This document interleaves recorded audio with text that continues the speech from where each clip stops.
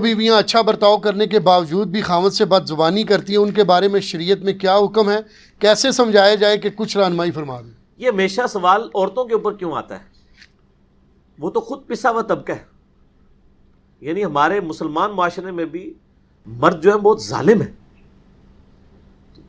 تو یہ تو کبھی سوال نہیں آیا کہ جو مرد یہ کرتا ہے تو اس کی عورتیں کیا کریں.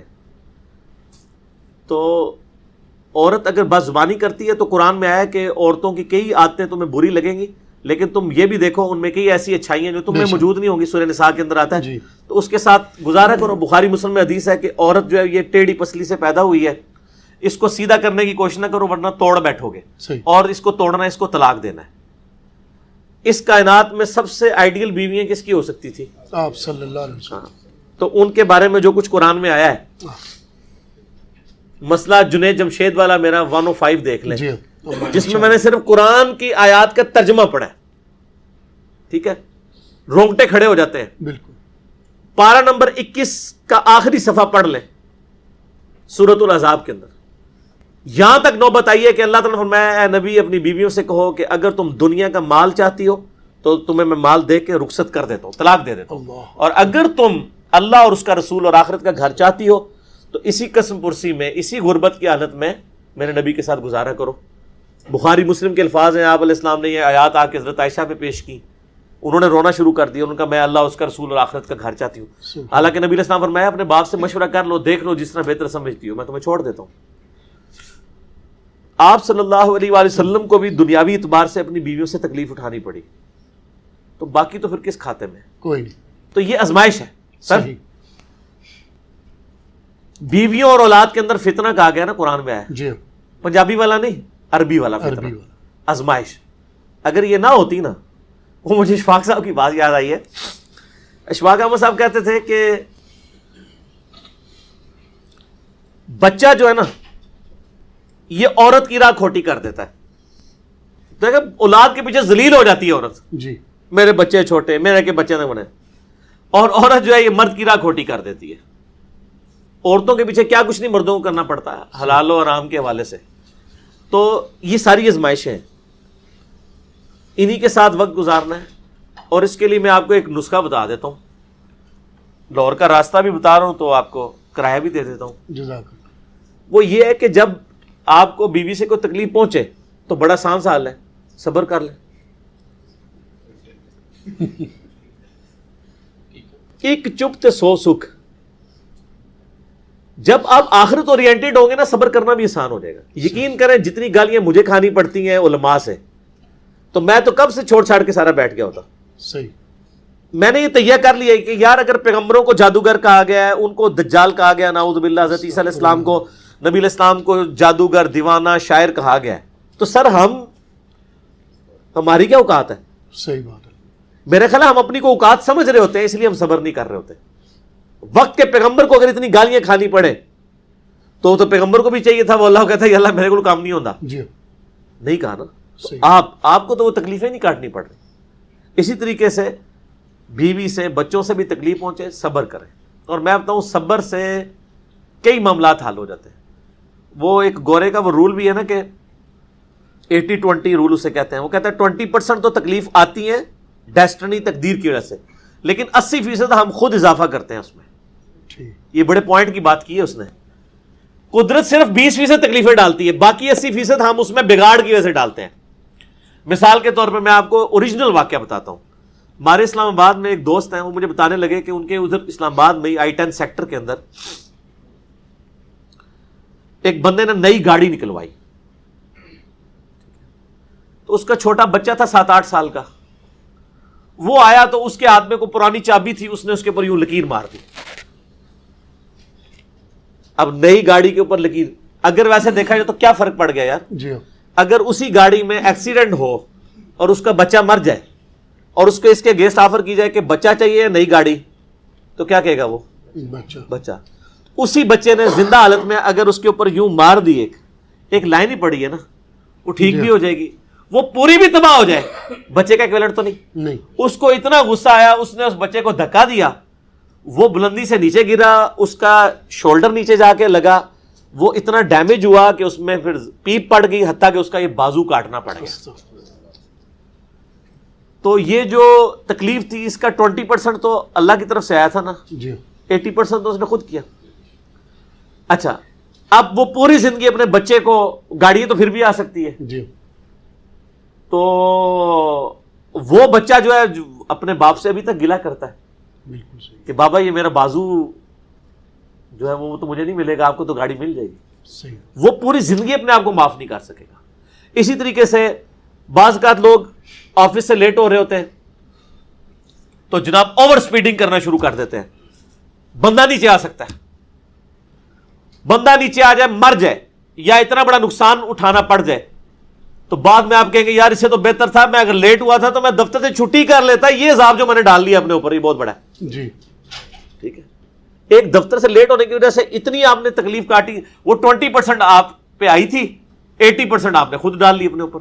آپ زندگی, یہ ساری باتیں میں یعنی یہ میں صرف آپ کے سامنے نہیں کر رہا ہوں, میں پریکٹیکلی اپنے اوپر اپلائی بھی کرتا ہوں. میں اپنی بیوی کو بھی بچوں کو بھی اس حوالے سے یعنی گائیڈ کرتا ہوں, اور میری زندگی اس چیز کا یعنی منہ بولتا ثبوت ہے کہ میرے اوپر جب بھی اس طرح کے معاملات آتے ہیں نا تو میں الحمدللہ صبر کی روش اختیار کرتا ہوں کہ مزید کوئی معاملات نہ بگڑے, خاموشی اختیار کر لیں. کوئی گالی دیتا ہے, کوئی آپ کو, مجھے مسجد سے پکڑ کے بھی لوگوں نے باہر نکالا ہے علماء نے, میں نے کبھی سی تک نہیں کی ہے, کوئی لڑائی جھگڑا نہیں کیا. آپ صبر کی روش اختیار کریں, صبر, اور فیملی لائف کے لیے تو آپ کو صبر بہت ضروری ہے. عورتوں کا غصہ فوراً آتا ہے, ٹھنڈا بھی فوراً ہو جاتا ہے. صحیح, تو جب عورتوں کا غصہ ٹھنڈا ہو جائے, اس ہفتے اگر کوئی بدتمیزی کی ہے انہوں نے, تو آپ جو ہے نا ایک ہفتے کے لیے صبر کر لیں, اگلے ہفتے اسی دن ان کو بتائیں جو پچھلی دفعہ آپ نے کیا تھا, اگر یہ نہ ہوتا تو وہ بھی مان جائے گی مجھ سے غلطی ہوئی ہے. صحیح, لیکن اس وقت تو وہ نہیں مانے گی, اس وقت تو آپ بھی ماننے کے لیے تیار نہیں ہوں گے. جی ٹھیک ہو نا, ایٹ دا اسپاٹ تو کوئی بندہ اپنی غلطی ماننے کے لیے تیار نہیں ہوتا. تو صبر و شکر کے ساتھ زندگی گزارنی پڑتی. جزاکم اللہ خیر. جو بیویاں اپنے آپ کو خاوند کے برابر سمجھے کہ اللہ نے ایک جیسا بنایا ہے, ان کے لیے کچھ رہنمائی فرما تو دیں. ٹھیک سمجھتی ہیں وہ, ایک جیسا ہی بنایا ہے, مرد و عورت کو اللہ نے ایک جیسا ہی بنایا ہے, اس حوالے سے کہ ہیومن ڈگنیٹی میں تو برابر ہے. جی, بلکہ عورتوں کا مقام تو کچھ زیادہ ہو جاتا ہے بعض اوقات. صحیح بخاری میں حدیث ہے, ایک صحابی نے آگے پوچھا یا رسول اللہ صلی اللہ علیہ وآلہ وسلم مجھ پہ سب سے زیادہ حق کس کا ہے؟ فرمایا تیری ماں کا. پوچھا اس کے بعد کہا تیری ماں کا, اس کے بعد کہا تیری ماں کا, چوتھی دفعہ کہا تیرے باپ کا. ٹھیک ہو گیا. بالکل صحیح, تو حسن سلوک کی سب سے زیادہ حقدار تو وہ ہے. صحیح, ٹھیک ہو گیا. تو اس طرح کے معاملات میں دیکھیں تو عورتوں کو اللہ تعالیٰ نے پھر سنن نسائی میں حدیث ہے کہ تیری جنت تیرے ماں کے قدموں کے پاس ہے, یعنی ان کی خدمت کر کے. ٹھیک, اور جلاد قسم کے جو خاوند ہوتے ہیں نا, وہ شادی کے بعد نا اپنی بیویوں کہتے ہیں اون تیری جنت میرے قدمہ کھول ہے. ٹھیک ہو گیا نا. تو وہ مجازی خدا اور عجیب و غریب قسم کا کانسیپٹ بنایا ہوا ہے نا, ہیومن ڈگنیٹی میں برابر ہے.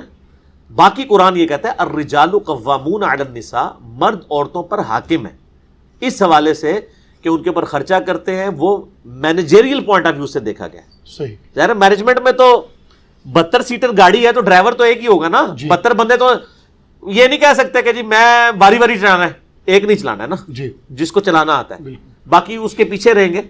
اور وہ جو ڈرائیور ہے وہ یہ نہ سمجھ لے کہ میں اب جب جہاں مرضی ٹھوک دوں جی میرے ہاتھ میں اسٹیئرنگ ہے, نہیں. تو یہ ایک بہت یعنی ایک موٹی سی مثال ہے. تو عورت کی عزت کریں, عزت کروائیں گے. عزت نہیں کریں گے, میں آپ کو ایک مثال دے دوں کہ اگر ایک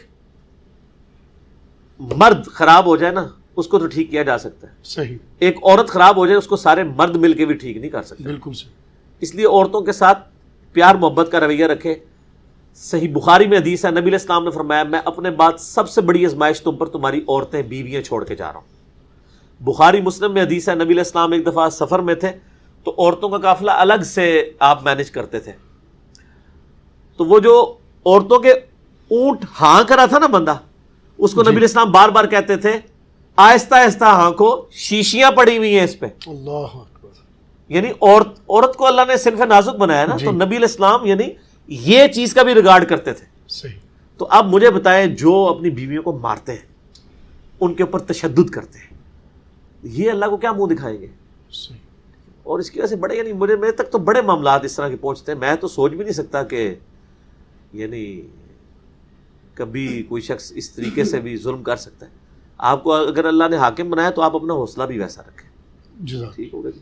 باقی یہ حدیث ہے بخاری مسلم میں کہ میں نے عورتوں کی کثرت دوزخ میں دیکھی ہے اپنی زبان درازی مردوں کے اوپر کرنے کی وجہ سے. وہ سر مرد بھی پھر اس طرح کے ہو نا جی, تو مرد بھی بہت سارے دوزخ میں جا رہے ہیں عورتوں پہ ظلم کرنے کی وجہ سے. صحیح بخاری میں حدیث ہے کہ ایک عورت بڑی نیک تھی, اس نے ایک بلی کو قید کر دیا کہ وہ بھوکی پیاسی مر گئی, تو نبی علیہ السلام نے فرمایا کہ وہ دوزخ میں ہے. بلی تو جانور ہے, اور جو انسانوں کے ساتھ ظلم کرتے ہیں, کیسے کیسے ظلم نہیں کرتے ہیں, یعنی مرد عورتوں کے ساتھ کس کس قسم کی ان کو اذیتیں دیتے ہیں.